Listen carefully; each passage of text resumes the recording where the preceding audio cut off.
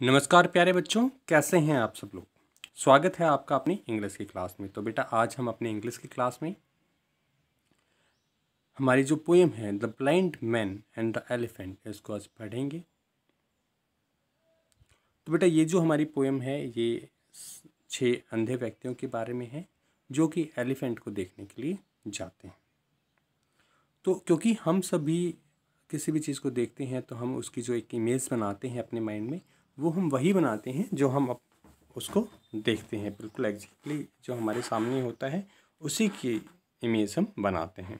लेकिन जो व्यक्ति ब्लाइंड होते हैं, जो देख नहीं सकते, वो किसी भी चीज़ को महसूस करके, उसको टच करके, फील करके तब उसकी जो एक इमेज है वो अपने माइंड के अंदर बनाते हैं।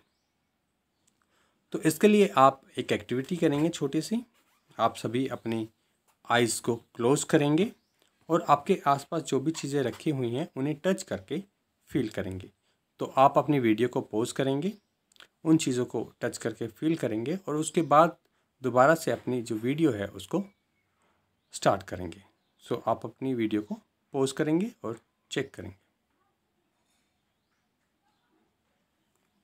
सो आई बिलीव आप सभी ने अपनी जो वीडियो है उसको पॉज करके और एक बार चेक किया होगा कि आप चीज़ों को किस प्रकार से अपने हाथों से महसूस करके उनकी एक इमेज अपनी माइंड में बना सकते हैं।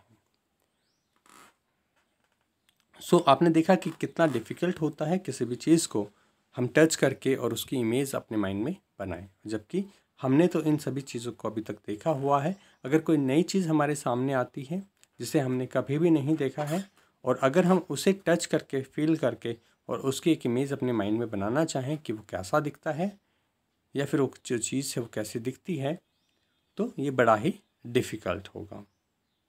तो इसी प्रकार की हमारी ये पोएम है जहाँ पे ये जो 6 मैन हैं जो कि ब्लाइंड है, ये एलिफेंट को देखने के लिए जाते हैं और ये एलिफेंट के बारे में क्या पता लगाते हैं और उसकी क्या इमेज वो अपने माइंड में बनाते हैं। चलिए देखते हैं। It was 6 men of Hindustan, to learning much inclined, who went to see the elephant, though all of them were blind, that each by observation might satisfy his mind.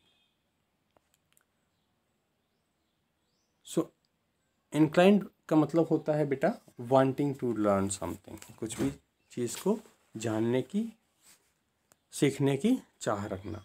So it was 6 men of Hindustan, ये हिंदुस्तान के 6 व्यक्ति थे। To learning much inclined, जो कि सीखने की बड़ी ही ज़्यादा चाहत रखते थे। Who went to see the elephant, और वो एक एलिफेंट को देखने के लिए जाते हैं। दो all of them were blind, यद्यपि वो सारे के सारे कैसे थे, ब्लाइंड थे, उन्हें दिखाई नहीं देता था, फिर भी वो उस एलिफेंट को देखने के लिए जाते हैं। That each by observation might satisfy his mind, कि वो सारे के सारे जो हैं वो ऑब्जर्वेशन से, ऑब्जर्व करके, टच करके, फील करके, उस हाथी को ऑब्जर्व करके और अपने दिमाग को सेटिस्फाई करेंगे, संतुष्ट करेंगे कि हाथी, उन्होंने देखा है कि हाथी कैसा होता है। The first approach the elephant and happening to fall against his board and study site. So the first approach the elephant, जो पहला व्यक्ति है वो एलिफेंट के पास जाता है, एंड हैपनिंग टू फॉल, और वो गिर जाता है। Against his board and study side, board मतलब बड़ा, स्टडी का मतलब होता है स्ट्रॉन्ग या मजबूत, तो उसकी जो बड़ी और मजबूत जो साइड है वहाँ पर वो गिर जाता है। At once began to bawl, bawl का मतलब होता है बेटा शाउट या चिल्लाना, और वो चिल्लाने लगता है गॉड ब्लेस मी, कि गॉड मुझे ब्लेस करें। But the elephant is nothing but A wall, लेकिन जो एलिफेंट है ये और कुछ भी नहीं है, ये एक दीवार है। The second feeling the of the tusk, जो सेकेंड है उसको टस्क, टस्क क्या होता है, आपने हाथी के दांत देखे होंगे, तो वो हाथी के दांत, उसके हाथी के दांतों को वो टच करता है और उनको फील करता है। Cried ho what have we here, so very round and smooth and sharp, और वो चिल्लाता है कि यहाँ पर क्या है, इतना ज़्यादा राउंड कि बिल्कुल ही बहुत ज़्यादा गोल, एंड स्मूथ, और एकदम से स्मूथ एंड शार्प, और शार्प पेन। तो एकदम राउंड, स्मूथ और शार्प जो है ये ऐसा, ये यहाँ पर क्या है। To me it's mighty clear, मेरे लिए तो ये एकदम से क्लियर है। This wonder of an elephant, कि जो एलिफेंट का वंडर है, is very like a sphere, ये एकदम स्फीयर के जैसा। स्फीयर क्या होता है, भाला। तो वो कहता है कि ये तो एकदम भाले के जैसा है। The third approach the animal, और जो तीसरा व्यक्ति है वो भी उस एनिमल के पास जाता है। And happening to take the screaming trunk within his hands. Screaming क्या होता है बेटा, जो हल्का हल्का जो मूव करे और जो ट्विस्ट करे, ट्विस्ट करते हुए मूव करे, तो उसे कहते हैं हम screaming. So the third approach the animal, जो तीसरा व्यक्ति है वो उस एनिमल के पास जाता है। And happening to take the screaming trunk, और उसकी जो स्क्रीमिंग करती हुई, मूवमेंट करती हुई, ट्विस्ट करती हुई जो ट्रंक है वो उसके हाथ में आती है। आई सी कोथी, और वो कोथ का मतलब होता है ओल्ड इंग्लिश में कहना। आई सी कोथी, और वो कहता है the elephant is very like a snake, कि जो एलिफेंट है वो एकदम से एक सांप की तरह है। The fourth reached out on eager hand, जो ईगर का मतलब होता है उत्सुक, जो चौथा है वो भी वहाँ की बड़ी ही उत्सुक हाथों से वो जाता है और उसको टच करके देखता है। And felt about the knee, और वो उसके जो घुटने हैं उसके पास जाके वहाँ पे टच करके उसके घुटने को फील करता है। What most this wondrous best is like, कि ये जो जानवर है, ये जो वंडरस, वंडरस का मतलब होता है extremely good,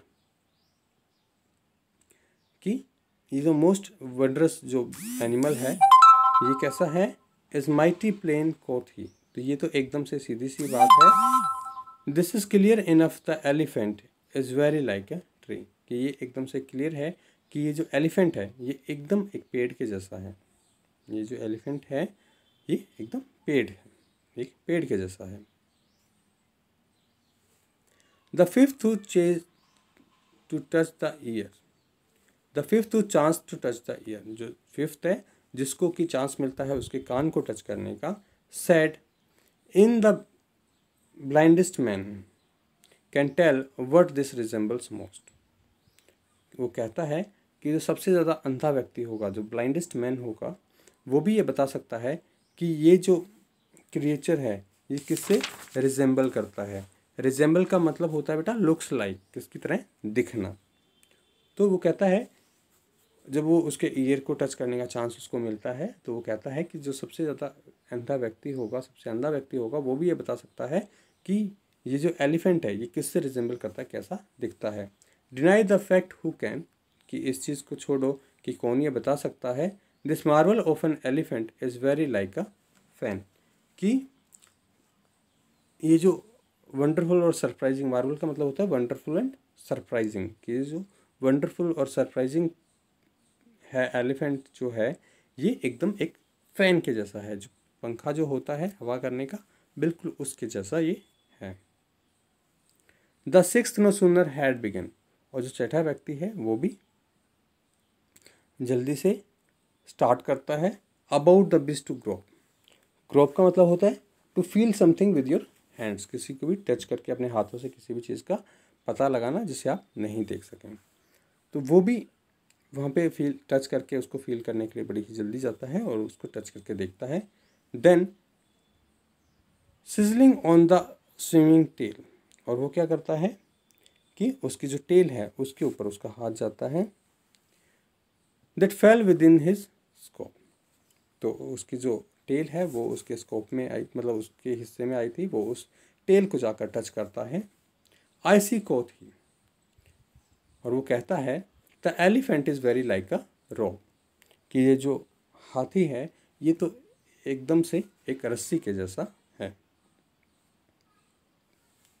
and so these man of Hindustan, और इसलिए तो ये जो सारे जो लोग हैं हिंदुस्तान के, disputed loud and long, disputed मतलब होता है बेटा आर्ग्यू करना, वो लाउड तेज, लॉन्ग बहुत ही बड़ी, सो बहुत ही बड़ा वो आर्ग्यू वहाँ पर करने लगते हैं। Each in his own opinion exceeding stiff and strong, और सारे के सारे क्या है, उनका जो खुद का ओपिनियन था, जैसे कि जिसको टेल हाथ में आई वो कहता है कि एक रस्सी के जैसा है, जिसको सूंड हाथ में आई वो कहता है कि एक स्नेक के जैसा है, जिसको उसकी जो टस्क है, जो उसके हाथी के दांत है वो हाथ में आए तो वो कहता है कि भाले के जैसा है। तो उनके जो ओपिनियन थे वो उसके ऊपर बिल्कुल ही स्ट्रॉन्ग और स्टिफ थे, मतलब वो एकदम अडिग थे और वो अपना जो निर्णय था उसको बदलना नहीं चाहते थे, और वो कहते थे कि हमने ये देखा है तो यही एकदम करेक्ट है। दो each was partly in the right and all were in the wrong. तो हर एक जो है वो अपनी अपनी बात के ऊपर सही था, क्योंकि उन्होंने उसको वैसे ही फील किया है, उसी पार्ट को फील किया है, और वो बिल्कुल सही कह रहे थे। And all were in the wrong, लेकिन अगर एक संपूर्ण तरीके से देखा जाए तो वो सारे के सारे ही रॉन्ग थे, वो गलत थे। सो बेटा आपने देखा किस प्रकार से ये पोएम है, written by John Godfrey. So John Godfrey की ये पोएम थी, इसको एक बार फिर से हम पढ़ते हैं और आई बिलीव आप सभी को ये समझ में आई है। So let's read it once again from the starting. It was 6 men of Hindustan, to learning much inclined, who went to see the elephant, though all of them were blind.